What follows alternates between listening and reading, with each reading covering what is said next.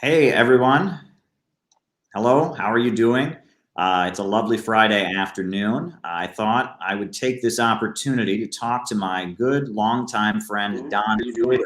I'm literally just talking to him from Moscow. Hi Um, there. I thought this would be a great opportunity. So Don, why don't you introduce yourself? Hey there. Well, my name's Donald Porter. I'm the host of the Revolution Report. That's my YouTube channel, and also I'm one of Caleb's longtime friends and colleagues. And I thought we would talk for a little bit, about an hour, about the Russian elections that just took place, the Russian parliamentary elections. Yeah, that's what I wanted to talk to you about. So why don't you go ahead and just tell us, first of all, the overall results of the election, and then we'll get specifically to the Communist Party and their role. Sure. Well, the main thing about these elections is that it was one of the best. It had some of the best results for the Communist Party of the Russian Federation since the 1990s. Actually, I'll give you the results right now. United Russia still came in first. That's the party that is, the most in support of Putin's administration. They came in with 50% in first place. The KPRF came with 19%, actually. Back in the last parliamentary elections in 2016, they had only 13%. So only 13%. I mean, that's a huge number for a communist party in any Western democracy. But in Russia, actually, that's kind of a low number for the Communist Party. The party that came in third actually is called the LDPR. They're called the Liberal Democratic Party of Russia, but really they're not liberal or democratic. I mean, they're like a very nationalist right-wing party, and they came in third with about 7.5%. And then the party that came in fourth was actually another left-wing party. They're called Fair Russia, or Just Russia. In Russian, it's Spravedlivaya Россия. And they came just behind this LDPR party with 7.46%. I think one of the big takeaways from the fact that none of the top four most popular parties are actually liberal says something big. I mean, the main liberal party that's been, the party of Russian liberals for decades, Yabloko, had around 1%. So it's really, if anything, a demonstration that Russians really don't want liberalism over, they either prefer Putin style of government, or they have good feelings towards their Soviet past and want to vote for the Communist Party, or there's that 7.5% of ultra nationalists, and then the Social Democrats with another about 7.5%. So. Interesting. Yeah, U.S. media seems to be spinning this as if this was somehow a win for the Russian liberal opposition and the pro-Western folks in the country. And you're telling us that's just blatantly not the case. Right. I wanted to ask you a little bit about what the American media has been saying about this election, because, I mean, from here, what I've seen in the Western media is that there's been tons of articles and news reports that, like, people are voting against Putin, people don't like Putin, and blah, blah, blah. When in Russia, everyone's talking not about that. They're talking about the fact that communism is becoming more popular. And tell us more about that. What caused the Communist Party to see an upsurge in its support? Well, I specifically have been hanging around a lot of members of the KPRF in Russia. They've been, campaigning really seriously for this election for a long time now. I mean, there's a lot of factors that play into it. Of course, the coronavirus has negatively affected the economy here, and that took its toll after the last parliamentary elections. And so the economy isn't as good as it was. I mean, one of Putin's less popular policies was the raising of the pensioner age, also, which the Communist Party has been ardently against.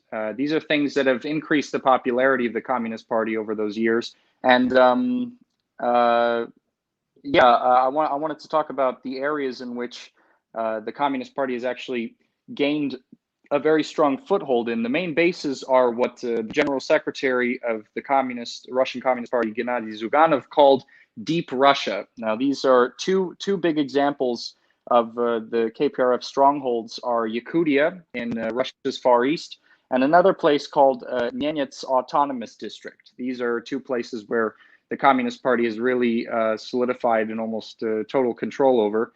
and they're growing in popularity around the country, whether it be because people are learning more about communist ideas, or because they just want to basically make some sort of protest vote against Putin's government for things they weren't happy about. But another thing I think we should talk about is, and I'm sure you've heard, is that the liberal opposition in this election, strangely enough, and by liberal opposition mostly I mean the currently imprisoned Alexei Navalny and his supporters, they've actually called for Russians who are against Putin to vote for the Communist Party.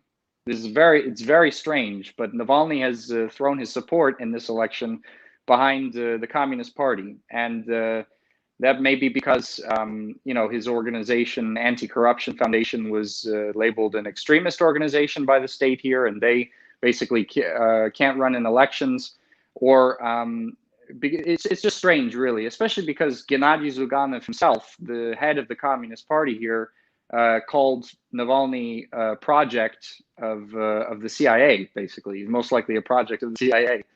So it's not like the communists have any love for Navalny, but Navalny sure seems like Navalny sure wants all the opposition to support the Communist Party just to spite Putin for some reason. But to be honest, I think it doesn't really contradict his past of like political opportunism. Whoever is the biggest opposition to Putin, Navalny is going to support. Sure.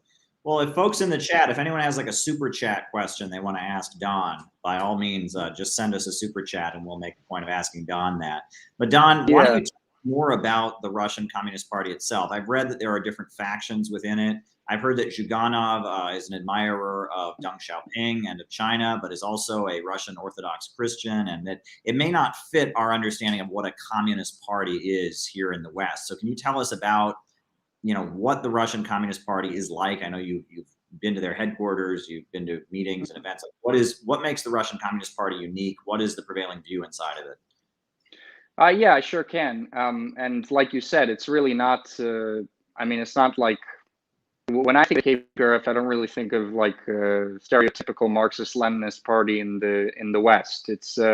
It's first of all the largest opposition party in Russia. It's the second largest party in the country, second to the United Russia Party, and they're like you said, Gennady Zyuganov, has supports the freedom of religion in the country. They have a lot of ties to organizations, religious organizations, community organizations, and I would say that their policies that they're proposing are more in line with the Chinese model that's currently going on, I would say.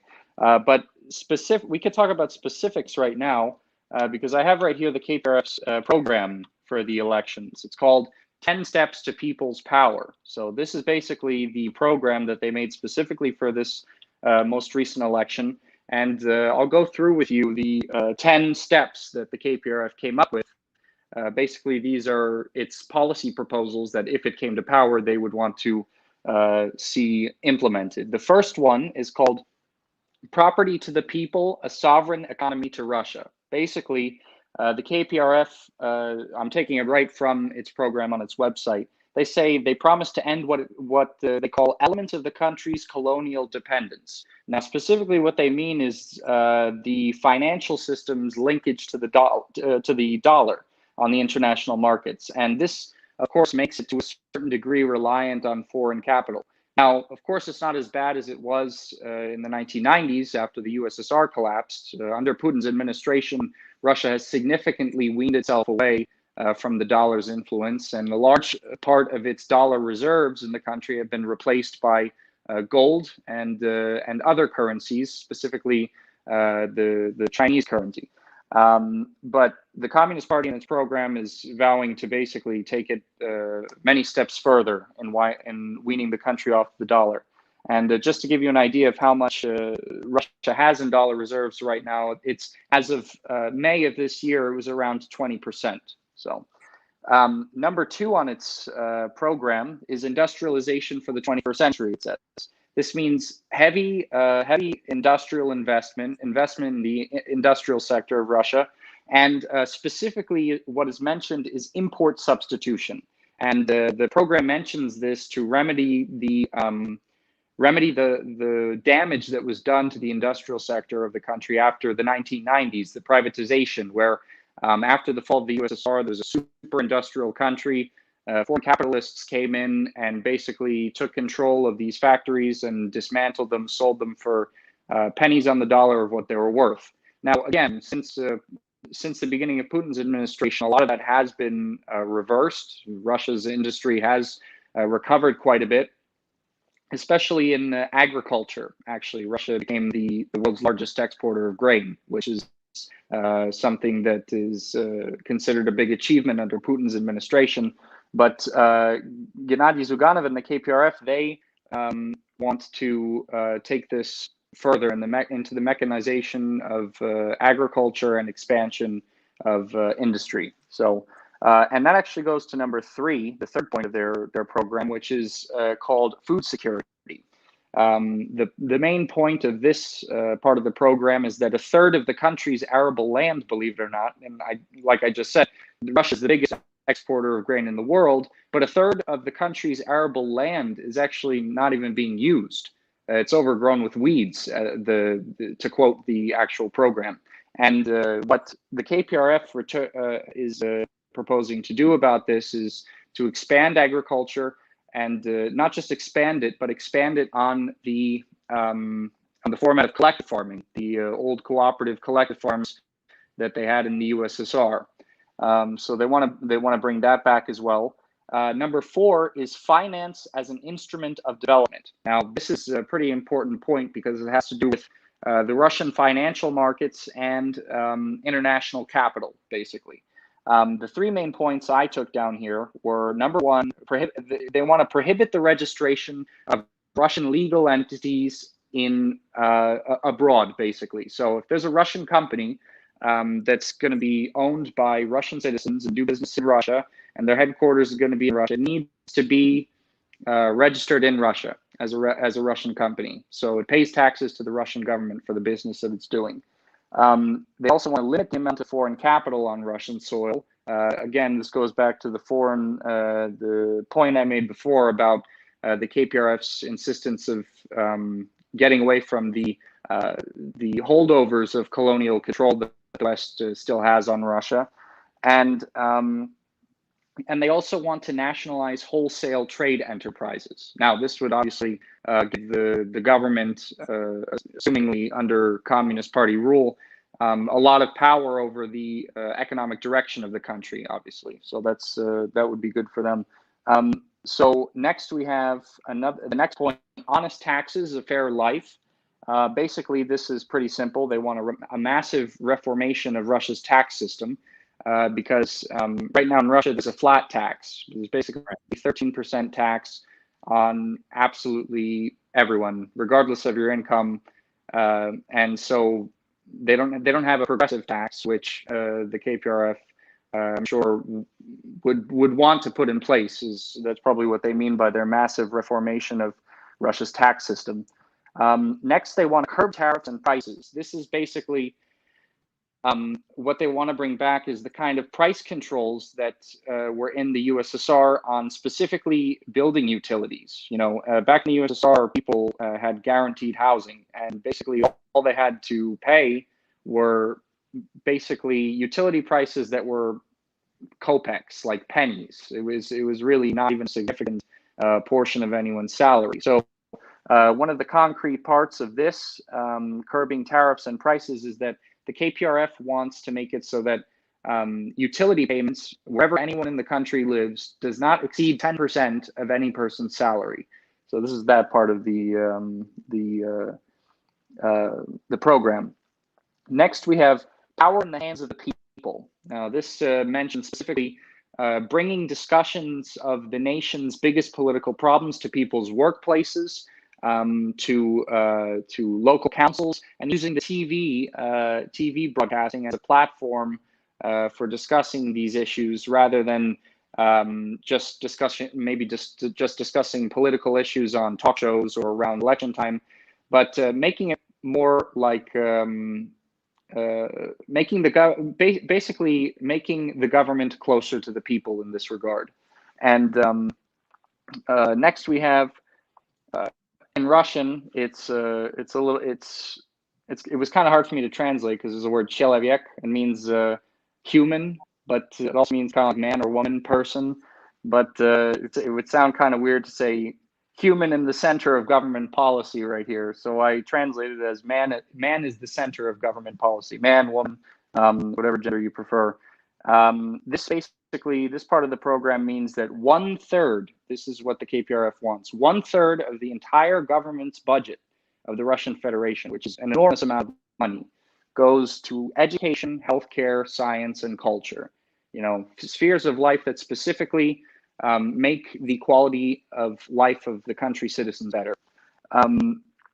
So number 9 we have here is a strong Russia, a safe country. This is basically to strengthen the Russian military against the threat of NATO, which if any of our viewers don't know, NATO has military bases all around Russia. Russia is basically completely surrounded by NATO military bases. And Russia doesn't have any military bases very close to the United States. So, and the last point we have here is to a great people, a great culture. This is basically a promise to increase support to cultural institutions like museums and theaters. And like you said before, you mentioned China. These are the main points that they have in their program. And at the very beginning of the program, it's mentioned that you know, a lot of it is taken example that they're taking example from the lessons that the Chinese government has learned from their experience, and so the KPRF is learning a lot from them. Okay, well, we have a number of basically the program. We have a number of questions to get through here. A lot of folks have sent super chat questions in, so feel free to go ahead. You know, just tell us quick answers here. The role of Sergei Udaltsov in the future of the Russian communist movement. Do you know who that is? I've never heard that name. I'm not sure. I've never heard of that person. Hold on. Who was that? Sergei Udaltsov? Yeah. Let me see 1 second. Okay. I know what you're talking about. This is I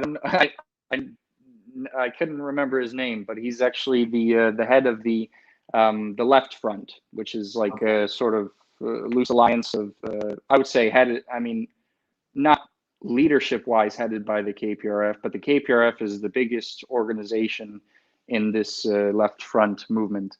To be honest, I mean, he's more of an organizer on a local level, so he's not really seen so much in national politics like Gennady Zyuganov is, or Maxim Surykin of the Communists of Russia Party.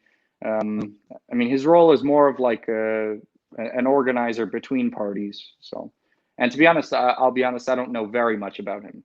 All right. Next, someone said they just came in and they want to say nice flag.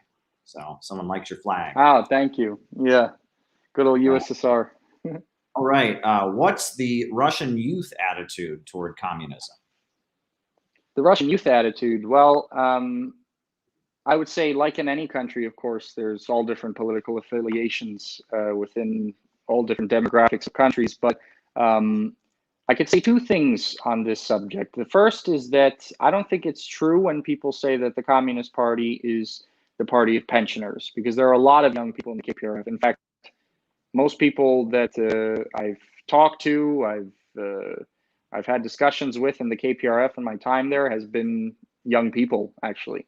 But the second thing I'll comment on is that as a whole in Russia, I think the younger people are more liberally inclined than the older generations. I think that's true. The older generations are like the complete opposite of our boomers. They're like very radical communists.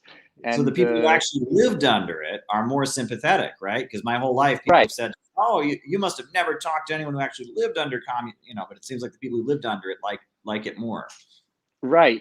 It's like the complete opposite from what we're told in the United States or the West when you run into some super right-wing person who says, oh, you don't know about communism, you never lived under it. Everyone who lived under communism is trying to get out. This is nonsense. The people who lived under communism here are the people who are who are the most supportive of it being brought back. And what I've learned living here, I've lived here almost 4 years now, is that the defectors who left the Soviet Union, who left communist countries, are in a stark minority. The vast majority of people who lived in the USSR, I mean, that are still around, maybe not in Moscow, but in the regions and stuff, I mean, they really support the idea of the Soviet Union, or at least have nostalgic feelings about it, you know. Does Soviet? Yeah. I've heard that Soviet nostalgia is widespread, but there's probably a lot of people with Soviet nostalgia who didn't vote for the Communist Party. That there's a lot of like non-communist Soviet nostalgia in Russia. Can you talk about that? Yeah, well, there's I would say there's really a kind of a whole spectrum because, yeah, like you said, there are a lot of people who are who have this Soviet nostalgia, but are not like diehard communists. I mean, there's people, there's all these different interpretations of what it means to be Soviet. I mean, there's people who look at the achievements of the Soviet Union and just kind of interpret it as like a national achievement of the Russian people or the Kazakhstan people or whatnot, not so much an achievement of socialism. And so the attraction to Soviet nostalgia is more of a nationalist thing. There's just kind of people who are like LARPers. I mean, like anywhere else, there's like people who LARP. But there's also people who are communists who don't vote for the KPRF because they see the KPRF as, well, the biggest criticism I've heard is that it's an opportunistic party, that's a party of opportunists. Whatever you think about that, I mean, that's one of the bigger criticisms of the KPRF. And that's why there's a split. There's another party called the Communists of Russia, which claim to be a more revolutionary party. And there's all these other minor parties too as well. But the KPRF is by far the biggest party. And what I wanted to say something else about the attraction of communism to the youth in Russia. Like I said, I mean, there's no doubt that the people who actually lived under socialism here are much more inclined to socialist ideas than the youth. And for some reason, the youth also, who are very anti-communists, are like the first ones to bring up this argument that, oh, you didn't live under it, so how could you know what it's like or whatever? But they didn't live under it either. And most of the people who did live under it that I've come in contact with have not been super anti-Soviet. I mean, they have either supported the idea or at the very least been like nostalgic or said, yeah, I fondly remember my earlier years of my life. And it's interesting to contrast this, because in the United States, I feel like it's the opposite. I feel like older people are more inclined to be right-wing, and the youth, there's been a kind of red wave in our generation and the younger one. Like, people are becoming communists and socialists in the United States. And unfortunately, I think it's kind of the opposite way in Russia. But like I said, the KPRF is not the party of pensioners. So. Okay, now this is a question. Can you address the CPRF voter fraud allegations? Why is online voting allowed in Russia? Half the votes in Moscow were fraud, this person, Jared, is alleging. And stuff like this is all over American media. Why don't you give us your perception as someone who's there? Yeah, I expected this question. So I actually wrote, I did a lot of reading and articles and wrote a bit about this. So basically, in short, what happened is that this electronic voting system is very new. It's actually, they used this election, the 2021 parliamentary elections, as a sort of trial run for it, in not all over the country, but only in certain areas, Moscow and in several other regions. And basically, the KPRF, called for an investigation into election fraud. They said that this new electronic voting system opened the door for election fraud. And there are a couple of instances that are super fishy that I can mention to you right now. There's one, for example, in Moscow's District 196, the communist politician Valery Rashkin, he was running for the Communist Party ticket there. He was leading by 1.35%, and less than 1% of the vote was left to be counted. But actually, when all the votes were counted, he ended up losing officially by over 13%. So this is like something that is very fishy. There was also the chairwoman actually of Russia's Central Election Committee claimed that there were 12 cases across the country of ballot stuffing that were caught on camera. Now, of course, these are allegations, and there was an investigation into it that was actually headed by the main election observer, who I can't remember his name right now, but he's a liberal opposition journalist, and according to him, there was nothing that suggested that there was any fraud in the election. So that's what the investigation said. As far as we know, that's what we know. It's good to see that Russian officials are taking this seriously, and they do take this seriously. In any country, in any situation, you're going to have election fraud. I mean, we certainly have it here in New York City. A bunch of people got arrested on election day for trying to vote in the place of a dead person.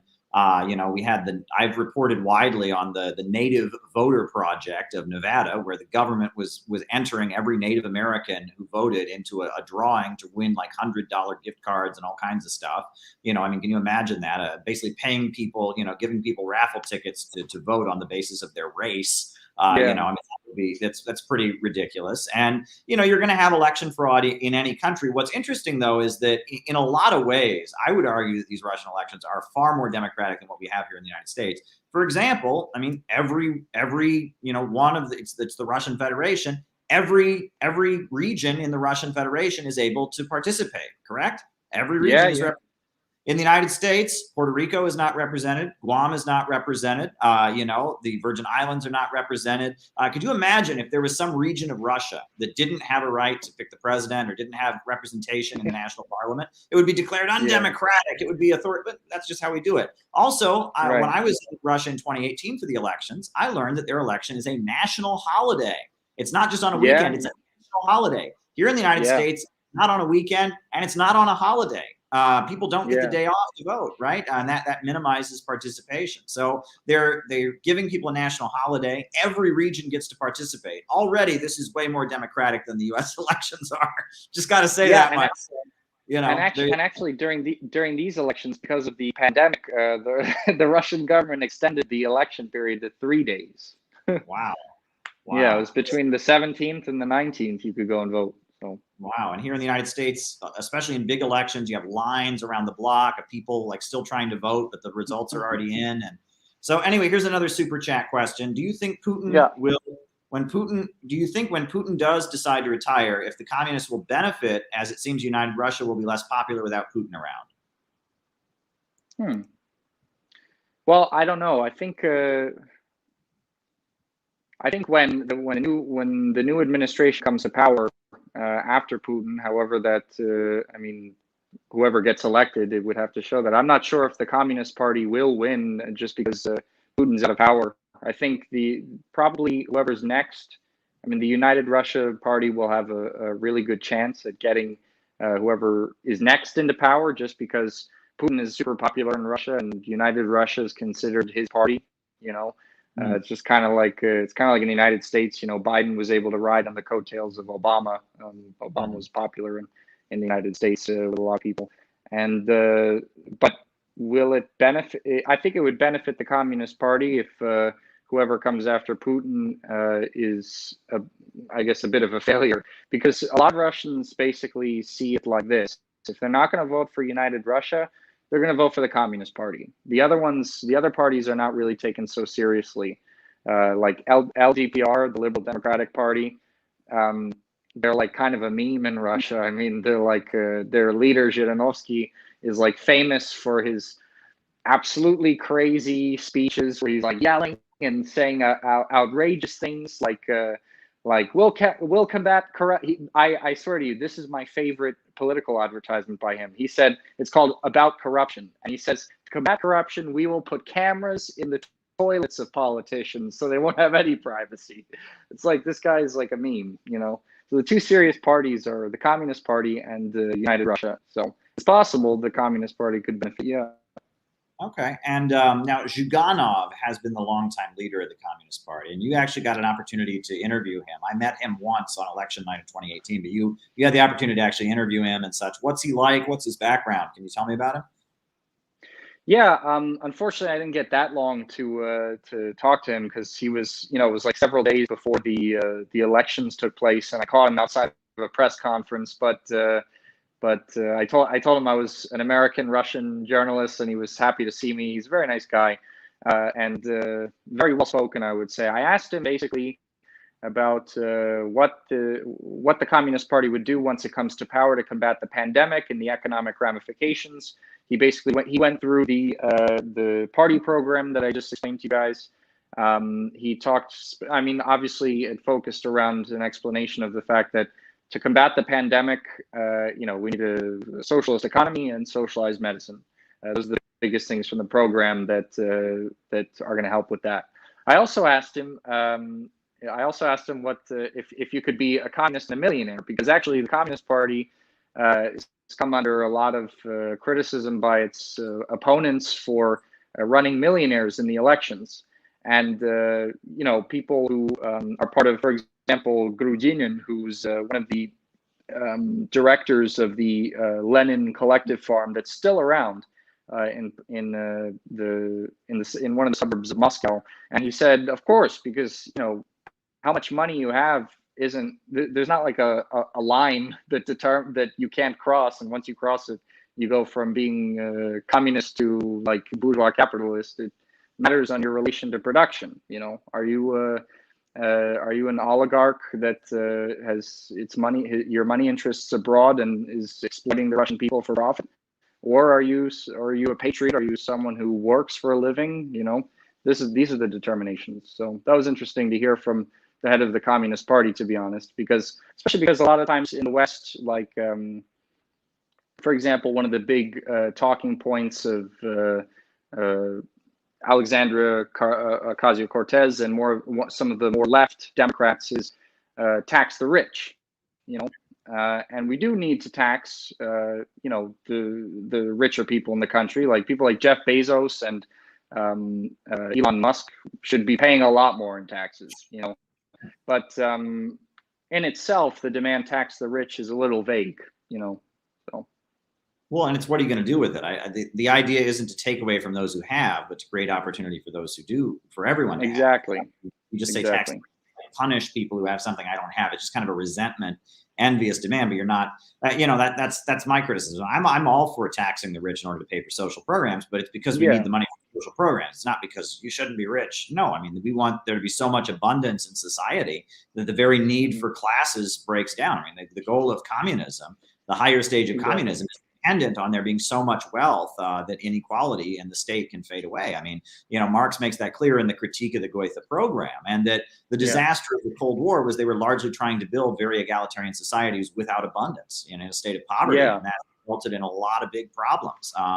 And that's my ongoing perception. But let me ask you also about the political scene in Russia. Here in the United States, among people who call themselves communists, you have a lot of anarcho-communists, you have a lot of Trotskyites, you have a lot of, there's a lot of that kind of thing. What kind of, do you have Trotskyites in Russia? Do you have anarchists in Russia? Do you have anarcho-communists in Russia? Do you have this kind of thinking, or is, communism much more in line with the old Marxist-Leninist way of doing things? I would say most of these people are on the fringe. I mean, I only met one Trotskyist, like that you could really call like Trotskyist, in Russia, and he was a member of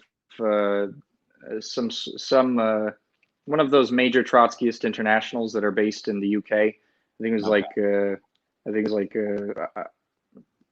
I can't remember the names. It's been so long since I even associated with Western Trotskyists, but. I mean, he just came to a KPRF meeting to wreck it and try to call a Stalinist or whatever. But there's not many of these people. I mean, the KPRF, it's important to note that it's not like an ideologically homogenous party, actually. There's everyone from like hardcore Marxist-Leninists to even social democrats, that's one of the reasons why the party is so big. It's prioritized unity over ideological like one-mindedness. So there are people in the Communist Party of the Russian Federation who, like, I wouldn't call them Trotskyists, but they're not like, but they're like, okay, you know, we can relate, we can try to analyze some of Trotsky's ideas and you know, take the good things and leave the bad. Some people are like that. Then there's people who are like, you know, rejected altogether, like most of the communists were in the USSR. But like all these labels like anarcho-communist, this and that, it's really fringe in Russia. And one more thing about what you were saying before about building socialism in abundance. I remember one of the things Zyuganov said during the interview, that when I asked him that question, he said, we have enough resources in this country so that when socialism is revived, everyone can be a millionaire. And that's basically the essence of what you were saying. Very, very interesting. Now, if anyone else has a question for Don, you just want to send a super chat, now would be the time to do it, because we've been on for well over a half hour here. So, you know, last call for super chat questions for Don. I guess you could say that. But let me ask you also, you know, some people listening to that program of the Communist Party that you just read, and for folks who are just joining, you can roll it back. Don read through the entire program, the 10-point platform, I believe, of the Communist Party. Yeah. You know, some might look at that and say, well, that's a Russian nationalist program. You know, and I mean, is there a big division between like Russian nationalism and communism, or do the two walk hand in hand? Would you argue? Like, you know, this LDP, the Liberal Democratic Party, is considered to be an ultra nationalist party. They want to bring back the death penalty. They're hostile to Muslims and such. You know, the Communist Party, I don't know what their position on the death penalty is, but what would be the difference in Russian terms and in Russian political, you know, terms between like a nationalist and a communist? Well, actually, that's a good question, because one of the things we can't lose sight of is the difference between nationalists, internationalists, and globalists. You know, liberals, I would say, are more like globalists. You know, they have a sort of one-size-fits-all idea for other people's cultures, and they want to impose that on other people. I mean, the internationalist idea is the Marxist-Leninist one. It's the one that you know, defined nations should exist. People should be proud of their national heritage, but they should live in peace and in cooperation with other nations. And the nationalist idea, when we conventionally what we understand as nationalist, as for example LDPR, I mean, this is just like supremacy of the nation. They care most about their own nation. That's the focus of their ideology, you know. And this is different from for example, from the Communist Party. And if you read the program that I actually described to you all just now, and I gave you obviously an English translation. It's in Russian on the party's website. Specifically in the part about industrialization, the Communist Party says that there cannot be any friendship between peoples like there was in the USSR without a strong economic base in Russia for the Russian people. And that's you know, because Russia was the biggest Soviet republic in the Soviet Union, and when the Soviet Union existed, I mean, there was a lot of there were a lot of things that were produced in Russia that were shipped to the other Soviet republics, and those Soviet republics had trade with the Russian Soviet Republic on fair ground. And so nationalism in the internationalist sense is actually indispensable when you talk about friendship of the peoples, because what is a healthy? Yeah, we have a super chat question here. How long do you think it will take for the Red Scare mentality in Western countries to fizzle out? I think it's already fizzling out. I mean, our generation, like I was saying before, is becoming much more socialist. We're no longer scared by this Iron Curtain, this propaganda that we're fed by our government that we can't go see for ourselves in the Soviet Union. That era is gone. You know, we can't see for ourselves.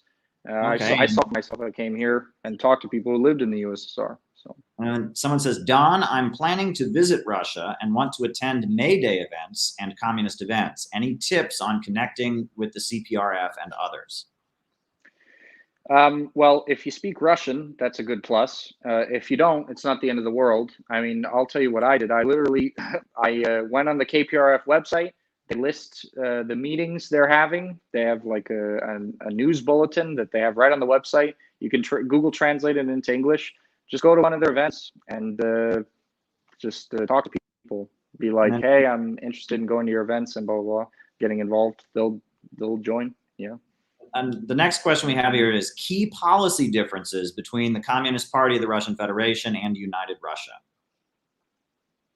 I would say that the main difference is in economics, because like I was talking about before, the KPRF wants a heavier investment in the industrial sector of the Russian country, and they want to nationalize wholesale trade companies and basically nationalize the commanding heights of the economy that have not yet been nationalized. Because remember, Gazprom is the country's major oil company. It's already nationalized, but there are other companies that the KPRF wants to nationalize, and they want to take a tougher stance against the West as well. Interesting. Very, very interesting. All right. Well, is there anything you want to conclude with before we end the stream here? Anything you want to say? Any last comments? No, I mean, just that lucky. I mean, I became a Russian citizen in December, so I was able to vote in the election. I won't say for who, but I mean, it's kind of obvious. And but yeah, it was really cool seeing the process, the Russian electoral process, with my very own eyes. And I could say that it's really not as scary as we're told it is, or corrupt and crazy as we're told it is in the Western media. Well, before we go, I do want to urge my audience to go check out your YouTube channel, The Revolution Report. It's a really tremendous YouTube channel, very high quality stuff. You put a lot of work into editing those videos. You have a high level interview with the UFC fighter, right? He's on there. Yeah, Jeff Monson. Jeff Monson, who's a very well-loved athlete in the United States, who is now in Russia and considers himself to be a communist. I believe he's part of the United Russia Party. You've got interviews with people on the street about Russia. You just did a series of videos about North Korea, which are very informative. So people should go check out the Revolution Report. Don's from New Jersey, but he's now a Russian citizen. Great guy. I've known him for years. I'm happy to see what he's blossomed into in a new country and all of that. Happy to call him my colleague. So you should check out Don's work. You're also on Twitter at Don Quarter, Donald Quarter, right? Just at Donald Quarter. Yep. All right. Well, folks should check Don out. He does great stuff. I'm sure he'll be ripping this and putting this on his channel after. Yeah, definitely. And a lot of good things are happening. So thank you for giving our viewers an insight into this. I got so many super chats about this on Sunday. I knew that I just had to have you on to answer the question. So now anyone can watch this and get a firsthand account of what the Russian Communist Party stands for, etc. So thank you again for your hard work, Don. And I think we are going to end this stream. So thank you very much. All right. It's been fun. All right. Thank you, Caleb. Always a pleasure. Absolutely.